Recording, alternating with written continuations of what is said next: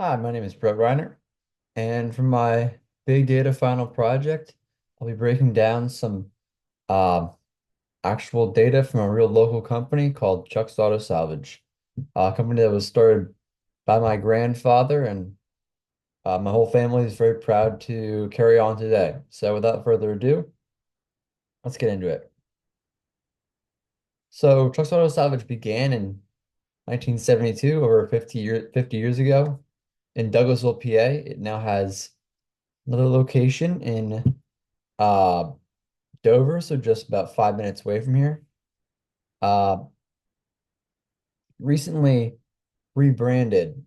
Was originally called Chuck's Auto Salvage, but the term salvage had kind of changed to be in a worse light. So Auto Parts Solutions we thought sounded better and emphasized the quality that we provide to customers, the quality of our parts that we can offer.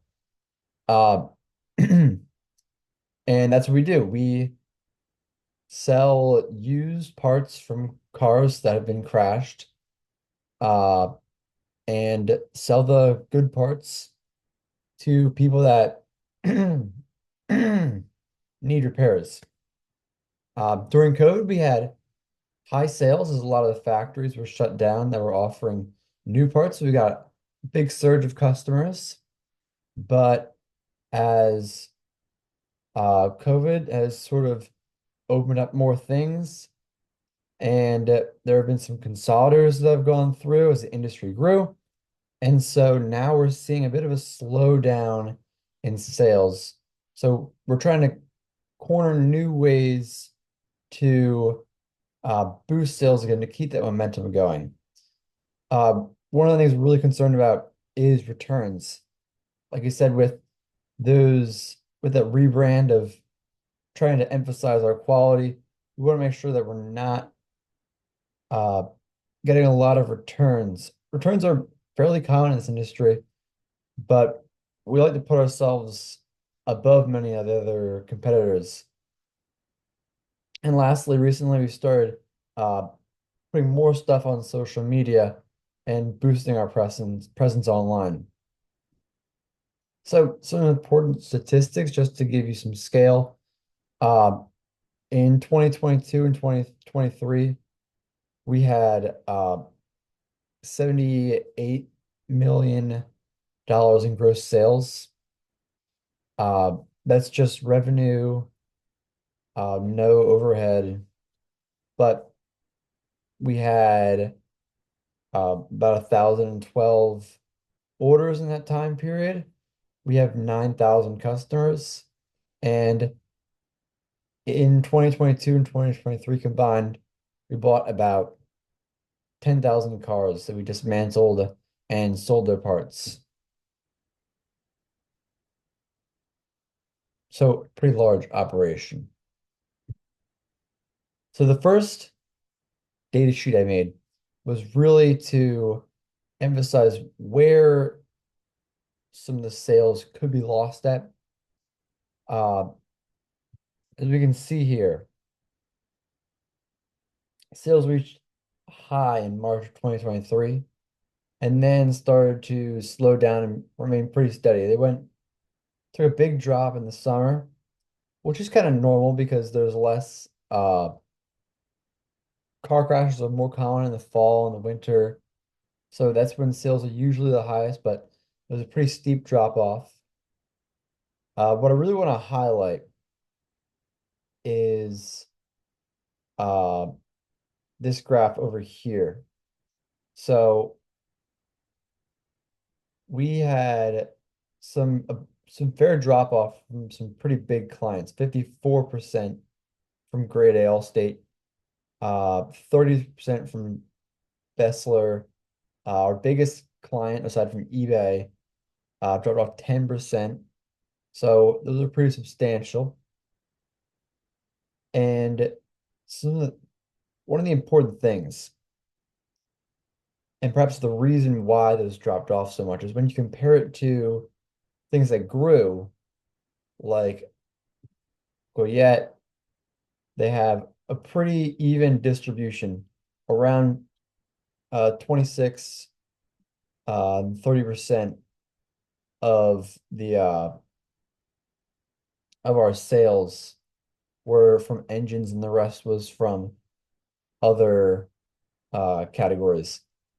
Engines are the most expensive part in a car as well as transmissions. So it's no surprise that those are where our most sales from. But a key thing is that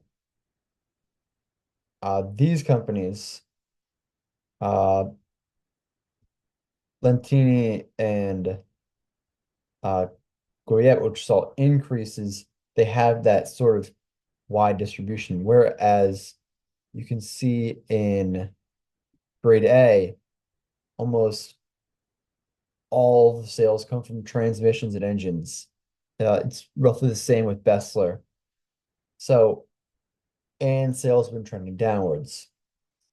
So basically, what we can gather from this is that we don't want to rely too much on just one profit group.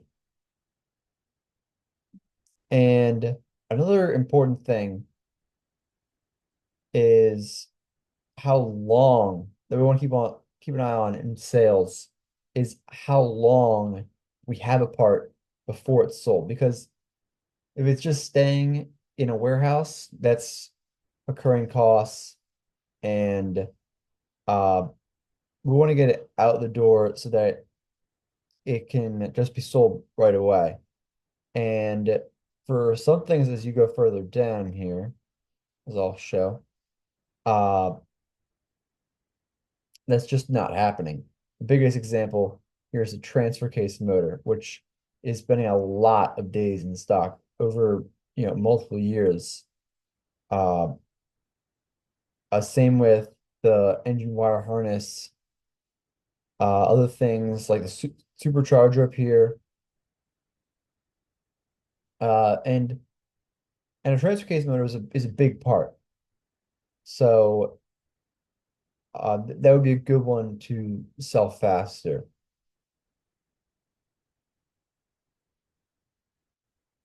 As I'll explain, some recommendations I could offer is that we should diversify our products that we're giving to customers.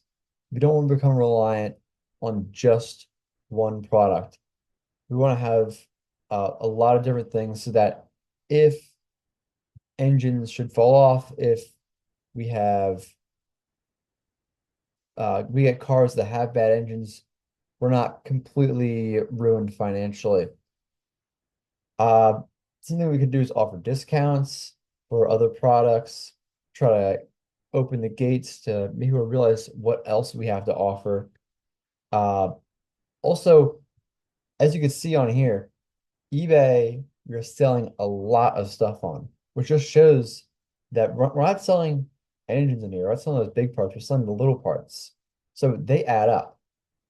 And as such, I think if we started offering, even though it's not a small part, transfer case motors on eBay, we could probably boost those sales by a fair amount. And because we're trying to use social media more, things are staying longer in inventory, like the exhaust manifolds and superchargers, push onto social media, really advertise them so that we can get those out the door and start making a profit. Some of the techniques I used for this was I used gross sales to calculate the price, the net price sold, uh, basically minus all the price we sold it for minus the discounts and returns. And I use a quick table calc for the year-over-year growth sales as seen in this table. And for the indicator, I used an if statement, which created a symbol based on if there was negative or positive percent growth.